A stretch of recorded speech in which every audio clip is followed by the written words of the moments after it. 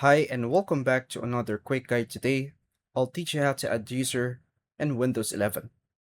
Adding a new user in Windows 11 is useful if multiple people use the same computer.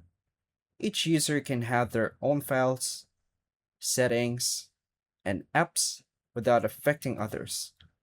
This guide will show you how to create a new user account on a Windows 11 PC. To begin, turn on your computer and log into your administrator account. Click the Start button on the taskbar. Select Settings from the Start menu. In the Settings window, click Accounts on the left panel. Scroll down and click Other Users. Look for the Add Other Users section. Then click the Add Account. A Microsoft account window will appear. Enter the email address of the person you want to add. Click Next to continue.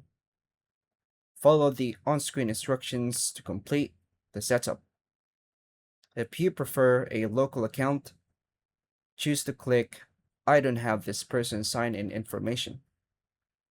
Click on Add the user without a Microsoft account. Create the username, password, and security questions for the new user. Then click Next and a new user account will be added to your computer. And that's all for now, folks. Thank you for watching.